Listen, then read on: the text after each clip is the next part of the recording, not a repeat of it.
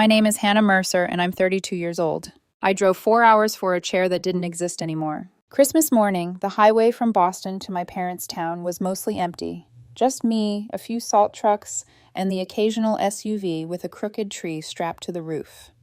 I had the usual cargo in the back seat, a bag of neatly wrapped gifts, a bottle of decent wine, and a pie I did not bake, but paid $40 for at a bakery in Back Bay. My mom likes to say I never contribute anything homemade, so I brought expensive store-bought and silence. My boyfriend Ryan had wanted to come with me this year. His family lives on the other side of the state, and he'd suggested we split the holiday, morning with mine, evening with his. But the idea of introducing him to my family felt like bringing a glass sculpture into a demolition site.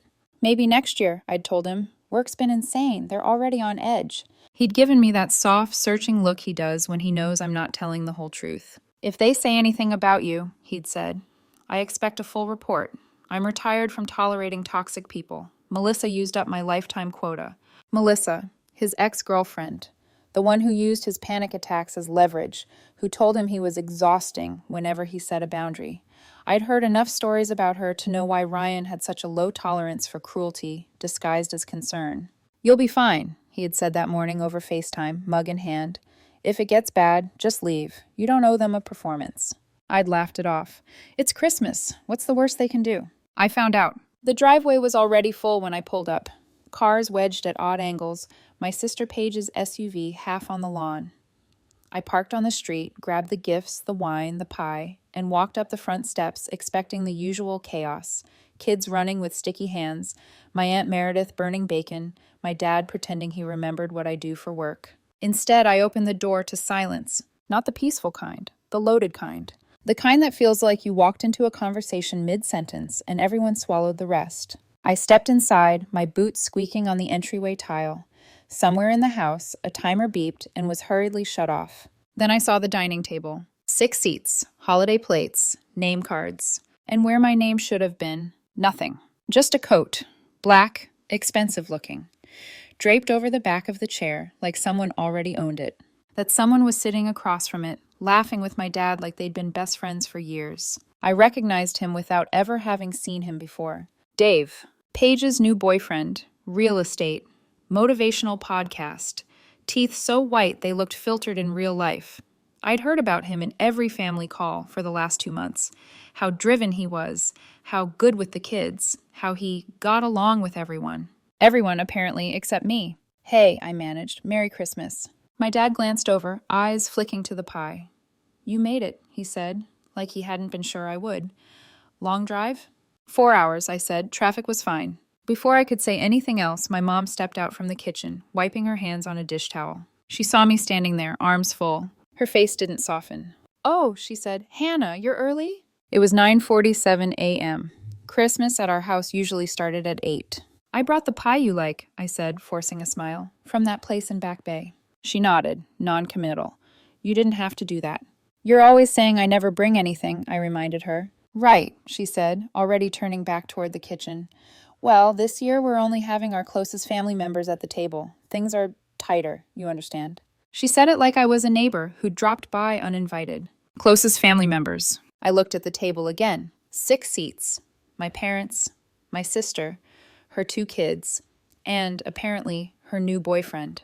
My chair was gone. Not metaphorically. Physically gone. There was no place set for me. I waited for someone to laugh.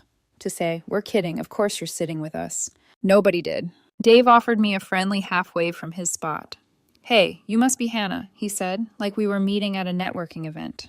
I've heard a lot about you. I stared at him, then at my mother's back as she retreated into the kitchen. Something in my chest went very, very still. I'm going to put these in the car, I said.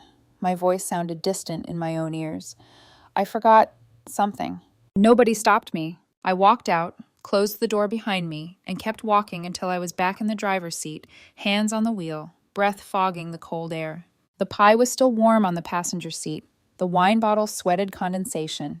My fingers weren't shaking. I wasn't angry, not yet. I just felt displaced, like someone had quietly moved my life an inch to the left and expected me not to notice. Out of habit, I pulled out my phone and opened the family group chat. The usual stream of chaos was there. Photos of my cousin's kids tearing into wrapping paper, blurry mimosas, an out-of-focus shot of my uncle wearing a Santa hat. Then a new message popped up from my cousin Eric. Thank God the depression left lol. 3 people reacted with laughing emojis. One of them was my mother. I stared at the screen until the words blurred. They knew. Every single one of them knew what the depression meant. The 6 months last year when I stopped sleeping and started shaking.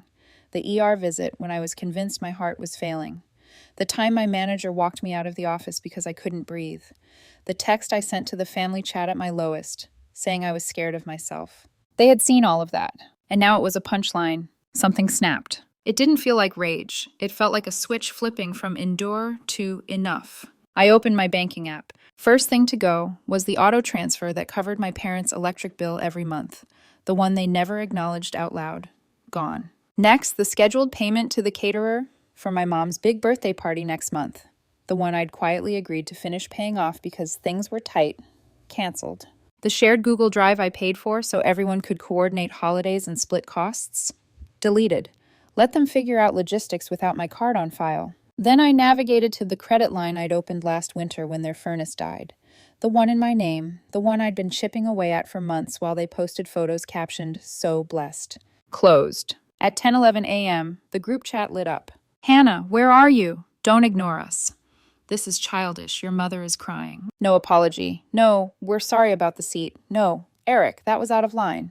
Just panic. Because their backup plan was driving away. I slid my phone into the glove compartment and shut it. Then I started the engine and drove. I ended up at a diner 20 minutes away, the kind with cracked red booths and waitresses who call you hun without thinking about it. I ordered eggs I didn't want and coffee I barely tasted. While the plate sat cooling in front of me, I stared at my reflection in the dark diner window and thought about something they didn't know I knew. 2 weeks ago, a Tuesday night, a towel. My Aunt Meredith's voice, shaking through the phone as she told me how Dave had snapped when his youngest spilled juice on his laptop, how he'd grabbed a towel and swung it, how it left a red mark on her arm, how the older girl had started locking her door at night, how Meredith had begged me not to say anything. Please, Hannah, we'll handle it privately. It'll destroy the family if you report it. This morning my mother told me I wasn't really family. So now I'm free. And the next move is mine. 2 weeks before Christmas, my phone lit up with Aunt Meredith's name at 11:23 p.m. She never called that late, or at all, really. For a second, I considered letting it go to voicemail. I was already in bed, blue light filter on, documentary humming quietly in the background. But something in my stomach twisted. I answered. Hey, Mary, I said, trying to sound casual. Everything okay? All I heard at first was breathing, wet, jagged breathing. Hannah, she choked. My whole body went still. Yeah, I'm here. She tried to speak and broke instead, sobs tearing through the line. I sat up, blankets sliding off my legs. What happened? I asked. Is it the girls? Is everyone safe?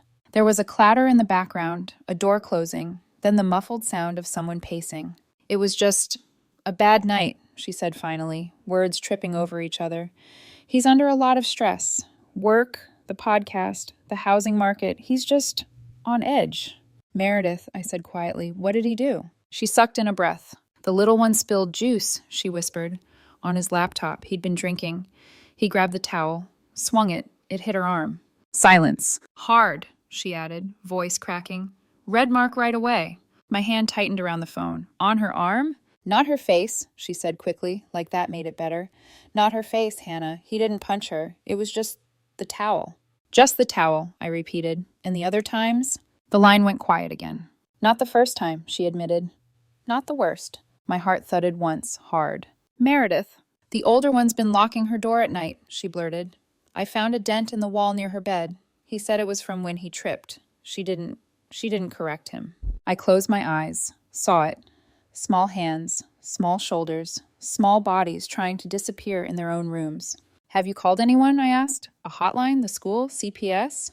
You know how people are, she whispered. They'll twist it. They'll make me look like a bad mother for staying, like I didn't protect them. And Dave? He said if I drag the family into it, he'll leave and take the girls. He can't just... He told me to shut up and keep it in the family, she said. Said it was just stress, that he didn't mean it, that it wasn't even a hit, just a towel. I could hear a child's voice in the background asking for water. Meredith whispered something, voice wobbling, then came back. Please, Hannah, she begged. Don't tell anyone. Please, we'll handle it privately. It'll destroy the family if you report it. You'll destroy the family. I'd heard versions of that sentence my entire life. Whenever someone drank too much, whenever someone said something cruel, whenever someone crossed a line we all pretended wasn't there. I stared at the cracked paint on my ceiling, my pulse pounding in my ears. Okay, I said finally, I won't say anything.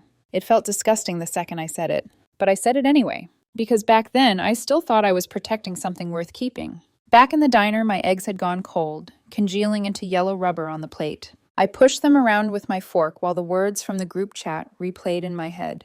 Thank God the depression left Lowell. 3 laughing emojis, one of them from my mother. They knew about that 3 a.m. ER visit when I thought my lungs were collapsing. They knew about the months I disappeared into my apartment, barely dragging myself to work.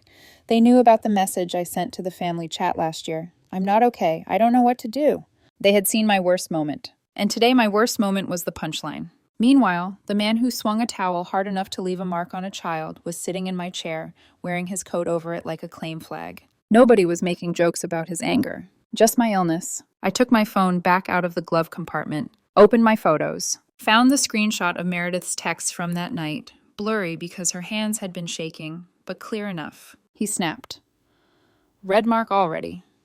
Not the first time the girls are scared, Hannah. Then I scrolled to the voice memos. I hadn't meant to record the call, not at first. I'd hit the button by accident when I fumbled my phone on the bed. But when I realized, I didn't stop it. I'd told myself it was just so I could remember everything clearly if I needed to talk to her again. Now I understood it was evidence. I opened the browser and typed in the words, Report Child Abuse, Massachusetts. It took less than a minute to find the official site for the Department of Children and Families. There was a hotline number and an online reporting form. My hands were steady. The form looked simple. Checkboxes, text fields, a place to upload files. Name of alleged perpetrator, name and ages of children, description of incident, pattern of behavior. I filled in each blank slowly, carefully. I attached the screenshots of Meredith's messages. I attached the audio file. When it asked if I wanted to remain anonymous, my cursor hovered for a second.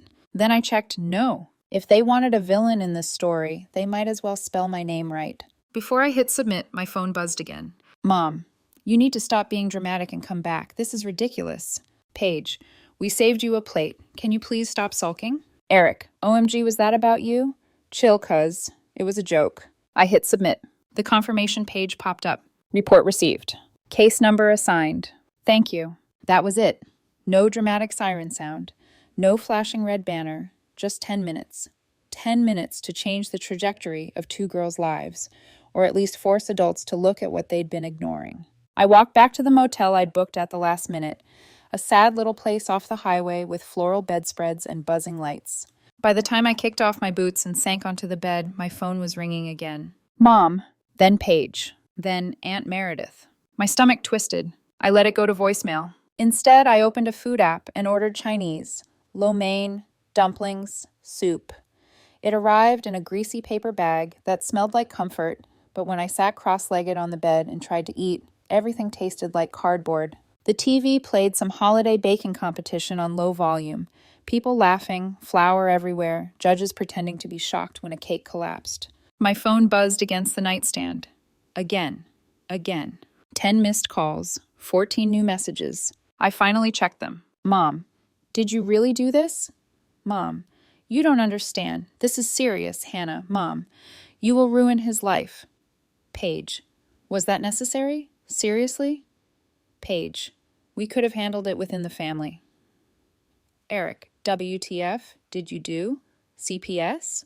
I stared at the screen, then typed 2 words to Paige. You started. I didn't mean the joke. I meant the chair. The message went through. She didn't respond. The next morning, my phone rang with a number I didn't recognize. Local area code. Hello? Hi, is this Hannah Mercer? A woman's voice asked. Calm. Professional. Yes. This is Angela calling from the Department of Children and Families. I'm just confirming we received your report. We may need follow-up clarification, but for now, I wanted to acknowledge that your documentation was very thorough. We take these situations seriously. She didn't sound surprised. Like this wasn't the first time someone had said Dave's name to her. Something cold settled in my chest. Will the girls be okay? I asked. We'll be in touch with the family shortly, she said. I can't share details, but you did the right thing.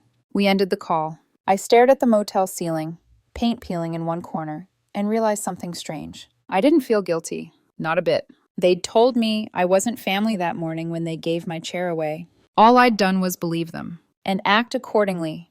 The fallout didn't come as an explosion. It came as a steady, relentless cracking, like ice splitting under pressure. By December 27th, 3 days after Christmas, my phone looked like a battlefield. Missed calls, voicemails, group chat messages multiplying in panicked clusters. But I didn't respond, not to any of them, not even to the ones pretending to be concerned. Instead, I sat by the motel window with cold lo mein on the nightstand and watched flurries dust the parking lot, feeling absolutely nothing. I thought the silence would last longer, that maybe they'd let the whole thing simmer before they cracked. I was wrong. The next morning, my mom texted a picture. It was the family gathered around the Christmas tree. Paige, the kids, my dad, even Dave, all grinning with plates of leftovers. My chair, usually between Paige and Dad, wasn't just empty. It was cropped out, removed, as if the space had never existed. The caption said, "Blessed beyond measure." I didn't react. I just locked my phone and lay back on the stiff motel pillows, eyes tracing the cracks in the ceiling. Around noon, things shifted. A new message, this time from Paige. "Was that really necessary, Hannah?" I didn't bother replying. That night, while I sat on the motel bed watching reruns of a baking show on mute, my screen lit up with a number I didn't recognize. I let it ring out. Then another call. Same number. Another. Same number. On the fourth, I finally picked up. "Hello?" The voice was small, shaky. "Aunt Hannah?" I exhaled. Lily. My younger cousin. The only one who never laughed at the family jokes. The only one who had ever quietly asked if I was okay during my worst months. The only person with a functioning conscience. "I'm sorry to call," she whispered, "but you need to know what's happening." I sat forward on the bed, pulse quickening. "Tell me." She took a long breath. "CPS has been to Dave and Meredith's twice. The older girl, she talked. She told them Dave hit her before and pushed the little one into a wall during an argument about toothpaste. They both said they're scared of him." My stomach twisted. The motel room felt suddenly too warm. "They pulled the girls," Lily continued, "temporarily. They've been staying with me and Sam." Sam, her girlfriend. The one the family pretended didn't exist. Safe hands. "How are they?" I asked. "Shaken," Lily said. "But better. They sleep through the night here. Meredith is losing it. She's terrified they'll take the kids permanently." I rubbed a hand over my face. "And Dave? He's telling everyone it was an accident, that the bruise was from a doorframe. Or the dog. Depends on who he's talking to. But..." She swallowed. "Everyone else is blaming you." "Of course they are," I murmured. "No," she said quickly. "I mean it. They're actually scared. Grandma said you went nuclear. Uncle Mark said you're unstable. Mom said you're dangerous because you keep receipts. And your mom, she said the worst." "What did she say?" "That you've been waiting for a moment like this, to make the family pay for how they treated you." I let the silence stretch. Lily's breathing crackled faintly through the line. "I just wanted to warn you," she said. "They're going to try to get to you, guilt you, pull you in so you drop the report." "I won't." "I know," she whispered. "That's why they're scared." That hit harder than anything else she'd said. They weren't scared of losing Dave. They weren't scared of CPS. They weren't scared for the girls. They were scared of me. Because for the first time in my life, I wasn't bending. Wasn't the one smoothing things over. Wasn't the family's emergency fund. Wasn't their emotional landfill. Wasn't their quiet enabler. I'd stopped absorbing the damage and started reflecting it back. "Hannah?" "Yeah." "You're doing the right thing," she whispered.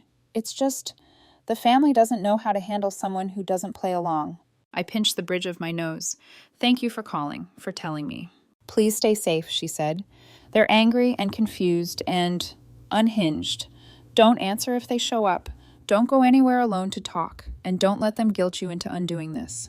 "I won't," I said. After we hung up, I walked outside into the parking lot. Snowflakes melted instantly on my cheeks, cold in the best possible way. For the first time since Christmas morning, the fog in my mind lifted. I wasn't just doing this for Meredith, or the girls, or some moral high ground. I was doing it because someone had to. Because silence was the family's favorite hiding spot. Because every time someone covered for Dave, 2 little girls went to bed scared. And because they had made it very clear I wasn't family, not to them, so I didn't owe them my silence. That night, I stared at the motel's tiny fire alarm blinking in the corner and let the anger finally move through me. Not the hot, explosive kind. Not the kind that makes you break things. The cold kind. The quiet kind. The kind that focuses you like a sharpened blade. I wasn't going back to fix anything. I wasn't going back to negotiate. I wasn't going back to heal a wound none of them admitted they'd inflicted. But I was going back. Not for them. For me. For the girls. For the version of myself who had broken last year with no one to call. It was time to return. Not to reclaim my seat at the table, but to flip the whole damn table over. The drive back from New Hampshire didn't feel like a retreat. It felt like marching toward something inevitable. Snow clung to the edges of the highway, plowed into gray ridges. The sky was a dull sheet of winter light. My car smelled faintly of smoke from the cabin's wood stove. I didn't play music, didn't listen to a podcast, didn't call anyone, not even Ryan, though he'd texted twice asking if I was okay. My mind was still, focused, cold in a way that felt clean. At noon, I crossed into my hometown. But I didn't go home. I went to Dave's. His neighborhood was one of those picture-perfect developments where every mailbox matched, and the lawns looked like magazine ads, except today his house looked abandoned. No car in the driveway, curtains half drawn, a recycling bin still full from Christmas. I got out of the car and zipped up my jacket. The air stung my cheeks. Snow crunched under my boots. I wasn't here to confront him. I wasn't stupid. I was here to gather evidence. I walked the perimeter like I was conducting a crime scene sweep. The side gate didn't lock. The hinges were rusting. Easy access point. Unsafe for kids. I took a photo. The backyard swing set had a cracked plastic seat, one side lower than the other. The rope frayed. Weather worn. Another photo. Trash bags piled beside the garage, torn open by animals. A broken bottle half buried in the snow. More photos. Small details maybe, but details mattered to CPS. Details established patterns. Back in my car, I plugged the address into my phone and drove straight to the courthouse. The records office was on the third floor, fluorescent lights buzzing, chairs bolted to the wall, a counter with a small circular cutout in the glass. A woman behind the desk glanced up. "Can I help you?" "Yes," I said. "I'd like all available public records on this case." I slid a slip of paper under the glass with the case number Lily gave me. Her eyebrows lifted a fraction. Curiosity, maybe recognition, but she didn't comment. She took my ID, typed, printed forms, made copies. 20 minutes later, she slid a manila envelope back to me. "Everything we can release without a court order," she said. I thanked her. Back in my car, I opened the envelope with fingers that didn't shake. Incident summaries, home visit notes, interview excerpts. The older girl's statement, brief but devastating. The younger girl's drawings. Photos of bruises on a child's small forearm. It felt like swallowing glass. By the time I reached my parents' house, the sun was low, casting orange light across the snow. The driveway was full again. Same cars, same patterns, same tableau of familiarity that suddenly felt foreign. I knocked once and walked inside. I still had a key. Of course I did. I'd been their go-to emergency contact, their human safety net, their financial bailout for years. My parents were in the kitchen. The smell of ham leftovers hung in the air. My mom froze when she saw me. My dad stiffened, like he was bracing for impact. I didn't sit. I didn't take off my coat. I didn't set the envelope down gently. I placed the manila folder on the table with a soft but final thud. My mother's eyes flicked to it. "What's that?" "Read it," I said. She opened it, pulled out the top page. Her face changed. My dad frowned. "What is this, Hannah?" "Public records," I said, from CP. He snatched a page, scanning it. This can't be." "It can," I said. "It is." My mom's voice was small. "Ongoing. Child welfare investigation. Bruising. Reported by..." She looked up at me, eyes wide. "You filed this?" "Yes." "You didn't have to do this," she snapped, emotion cracking open into outrage. "You've ruined everything." "No," I said quietly. "Dave ruined everything. I just stopped covering for him." My dad jabbed a finger at me. "Families don't air dirty laundry." "Families don't hit children," I replied. He went silent. For the first time in my life, he had nothing to say. I reached into my bag and pulled out my own list, things I'd been covering for years. The electric bill I paid every month, the furnace repair I financed, the credit line they used, the groceries, the birthdays, the little emergencies I'd solved quietly. I set it beside the manila folder. "I'm done," I said. "I'm not paying your bills. I'm not managing your problems. I'm not part of this anymore. My mom's mouth trembled. You can't just walk away from your family. You walked away first, I said. You just did it at the dinner table. Her eyes filled, but not with remorse, with fear. Fear of what losing me meant. Fear of losing their safety net. My dad swallowed hard. If you don't fix this, you're not welcome here. I almost laughed. He was late to the punchline. You made that decision for me on Christmas morning, I said. I turned, walked out, didn't look back. That night, back in Boston, an email came from Lily. It had a video attached. The girls, safe now, laughing while decorating cookies in her kitchen. The older one smiling, timid but real. The younger one wearing a too big apron, her bruise fading. They looked free, light, unburdened. Lily typed under the video, "They're okay, thank you." For the first time in weeks, something like warmth spread through my chest. But the story wasn't done, not yet. There were loose ends, people who needed to be confronted with truth they'd spent decades avoiding. 3 days later, another message came. The family wanted a meeting. All of them. At Aunt Meredith's house. They said they just want to talk. It wasn't for me, I knew that. It was to claw back control, to drag me into their cycle of guilt and silence. But I didn't go for them. I went for the girls, for Lily, for myself. When I walked into Meredith's house, every head turned. Some faces were pale, some tight, some defiant. Dave wasn't there. Of course he wasn't. The first to speak was my sister Paige. "I'm sorry," she said. "For the chair, for the joke, for all of it. I didn't think." I nodded but didn't respond. Then Meredith spoke, voice breaking. "I knew things weren't right. I was afraid. You did what I couldn't." For the first time ever, no one interrupted her. They let her cry. They let the truth sit in the air like smoke. My mother looked like she wanted to be anywhere else. My father looked like he'd swallowed something sharp. Someone finally asked, "What do you want, Hannah?" I took a breath. "I'm not here to fix anything," I said. "I'm here to set boundaries. I'll come to holidays if I'm invited, but I'm not paying your bills. I'm not keeping your secrets. And if anything like this happens again, if you bury another situation, I'll expose it." The room went silent. Paige nodded slowly. Meredith cried. My dad stared at the table. Lily caught my eye from across the room and mouthed, "Thank you." I walked out lighter. But the final twist was still coming. 3 weeks passed. 3 quiet, suspiciously peaceful weeks. No panicked calls, no group chat explosions, no guilt-laced messages from my mother. Dave vanished entirely. His podcast deleted. His real estate website scrubbed. Photos gone. Like he'd tried to erase himself before the world did it for him. The girls settled into life with Lily and her girlfriend, Sam. Safe, warm, laughing again. I stayed in Boston, reclaimed routines I'd forgotten were mine. Morning runs along the Charles, slow evenings cooking with Ryan, nights of real sleep instead of anxiety's jittery half-doze. For the first time in years, my life felt quiet. But families like mine never go silent without plotting something. It started small. A call from my mother I declined. 2 from Paige I ignored. A text from Aunt Meredith, just a heart emoji and thank you.